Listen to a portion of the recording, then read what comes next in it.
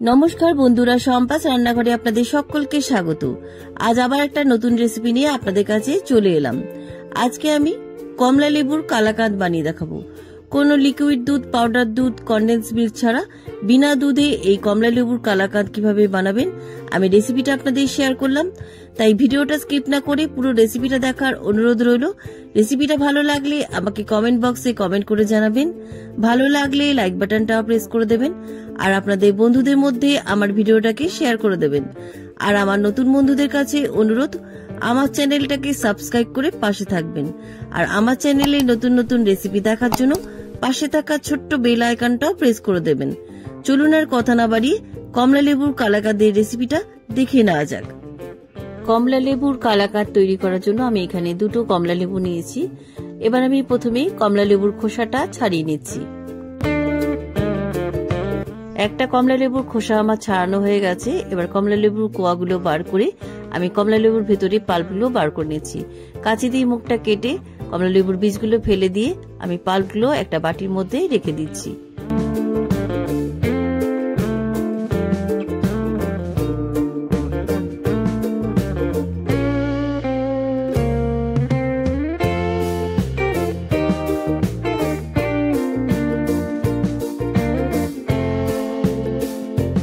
দুটো কমলা লেবুর ভেতর থেকে আমার পাল্পগুলো বার করা হয়ে গেছে। এবার এই কমলা লেবুর পাল্পের বাটিটা সাইডে রেখে দিয়ে আমি কিছুটা কমলা লেবুর খোসা ছাড়িয়ে নিয়েছি। আর এই কমলা লেবুর খোসার ভেতরে সাদা অংশটা আমি খুব ভালো করে ছুরি দিয়ে চেঁচে ফেলে দিচ্ছি। এটা কিন্তু অবশ্যই ফেলে দেবেন, এটা রেসিপিতে দিলে পরে কিন্তু তেতো হয়ে যাবে। এবার এই কমলা লেবুর খোসাটা আমি খুব মিহি করে কুচিয়ে নিচ্ছি।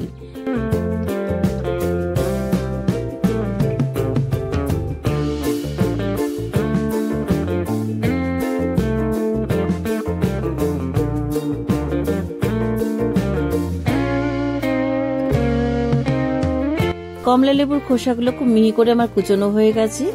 এবার এই কমলা লেবুর খোসার বাটিটাকে সাইডে রেখে দিয়ে এবার আমি এখানে 1 কাপ কর্নফ্লোর নিয়েছি। এবার এই কর্নফ্লোরটা একটা বাটির মধ্যে ঢেলে দিলাম। এবার ওই কাপ মেপে আমি 1 কাপ নর্মাল জল দিয়ে কর্নফ্লোরটা খুব ভালো করে গুলে নিচ্ছি।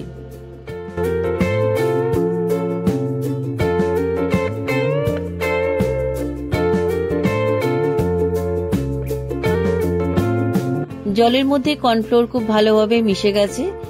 এবার এই কর্নফ্লোরের বাটিটা সাইডে রেখে দিয়ে ইন্ডাকশনে একটা প্যান বসিয়ে দিলাম। প্যানটা গরম হয়ে গেছে। এবার প্যানের মধ্যে দিয়ে দিলাম 1 চামচ গাওয়া ঘি। ঘিটা প্যানের চারিদিকে ছড়িয়ে দিলাম। এবার এই ঘিয়ের মধ্যে দুটো ছোট এলাচকে ফাটিয়ে দিলাম আর একটা তেজপাতাকে ছিঁড়ে দিলাম।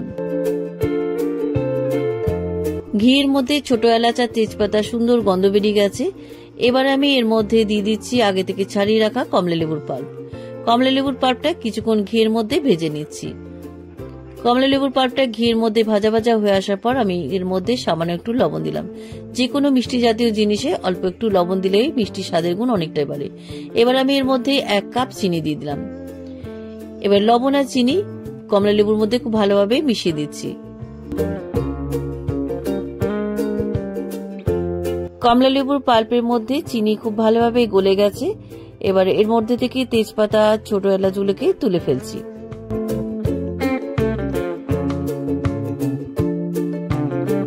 তেজপাতা আর ছোট এলাচগুলোকে ফেলে দেওয়ার পর আমি এর মধ্যে সামান্য একটু ইয়েলো ফুড কালার দিলাম। মিষ্টিটা দেখতে ভালো লাগবে তাই আমি সামান্য একটু ফুড কালার ব্যবহার করেছি। এটা অপশনাল, আপনারা নাও দিতে পারেন। ফুড কালারটা ভালোভাবে মিশে যাওয়ার পর আমি এর মধ্যে আগে থেকে জলে গুলে রাখা কর্নফ্লোরের বাটি জলটা ঢেলে দিলাম। কর্নফ্লোরের জলটা দেওয়ার সাথে সাথে কিন্তু অনবরত নাড়তে থাকবেন, তা নাহলে কিন্তু দলা পাকিয়ে যাবে। আর এই সময় গ্যাসের ফ্লেমটাকে কিন্তু একদম মিডিয়ামে রাখবেন। এবার আমি এর মধ্যে আগে থেকে মিহি করে কুচিয়ে রাখা কমলা লেবুর খোসা বা অরেঞ্জ পিল দিয়ে দিলাম। এই অরেঞ্জ পিল কিন্তু অবশ্যই দেবেন। অরেঞ্জ পিল দিলে মিষ্টিতে কিন্তু অরেঞ্জ ফ্লেভারটা পুরোপুরি পাবেন। মিষ্টির মধ্যে কমলা লেবুর খোসাটা খুব ভালোভাবে মিশে গেছে। দেখুন এক জায়গায় জড়ো হয়ে গেছে। এবার আমি নামাবার আগে 1 চামচ গাওয়া ঘি দিয়ে আবার ভালো করে মিশিয়ে দিচ্ছি।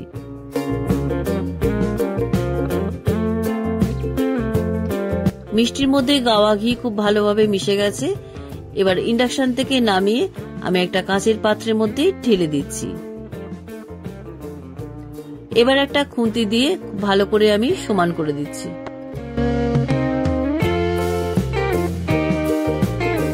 খুন্তি দিয়ে মিষ্টিটাকে চারিদিকে সমান করে দিলাম। এবার ওপর থেকে কিছু কুচনো ড্রাই ফ্রুটস ছড়িয়ে দিচ্ছি। ড্রাই ফ্রুটসটা আপনাদের পছন্দ অনুযায়ী দেবেন। এবার মিষ্টিটা ঠান্ডা হওয়ার পর আমি আপনাদেরকে ছুরি দিয়ে কেটে দেখাবো।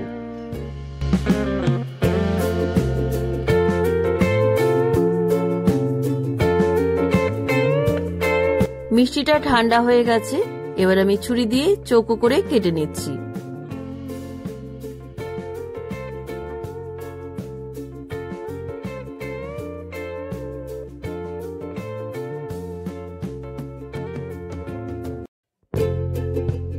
মিষ্টিটা আমার চৌকো করে কাটা হয়ে গেছে। একটা মিষ্টি তুলে আপনাদের দেখাচ্ছি। মিষ্টিটা কিন্তু দারুণ সফট হয়েছে আর খেতেও কিন্তু দুর্দান্ত স্বাদের। এবার এই সমস্ত মিষ্টি আমি একটা প্লেটের মধ্যে সার্ভ করলাম। কেমন লাগলো আজকের এই কমলা লেবুর কালাকাঁদের রেসিপি? আপনারাও বাড়িতে এভাবে একবার কমলা লেবুর কালাকাঁদ বানিয়ে খেয়ে দেখুন। খেতে কিন্তু দুর্দান্ত স্বাদের। রেসিপিটা একবার হলেও ট্রাই করার অনুরোধ রইল। রেসিপিটা কেমন লাগলো আমাকে কমেন্ট বক্সে কমেন্ট করে জানাবেন। ভালো লাগলে লাইক বাটনটা প্রেস করে দেবেন আর আপনাদের বন্ধুদের মধ্যে আমার ভিডিওটাকে শেয়ার করে দেবেন। আর আমার নতুন বন্ধুদের কাছে অনুরোধ, আমার চ্যানেলটাকে সাবস্ক্রাইব করে পাশে থাকবেন। আর আমার চ্যানেলের নতুন নতুন রেসিপি দেখার জন্য পাশে থাকা ছোট্ট বেল আইকনটাও প্রেস করে দেবেন। আজ তাহলে চলি, আবার একটা নতুন দিনে নতুন রেসিপি নিয়ে আপনাদের কাছে চলে আসব। সবাই ভালো থাকবেন, সুস্থ থাকবেন। ধন্যবাদ।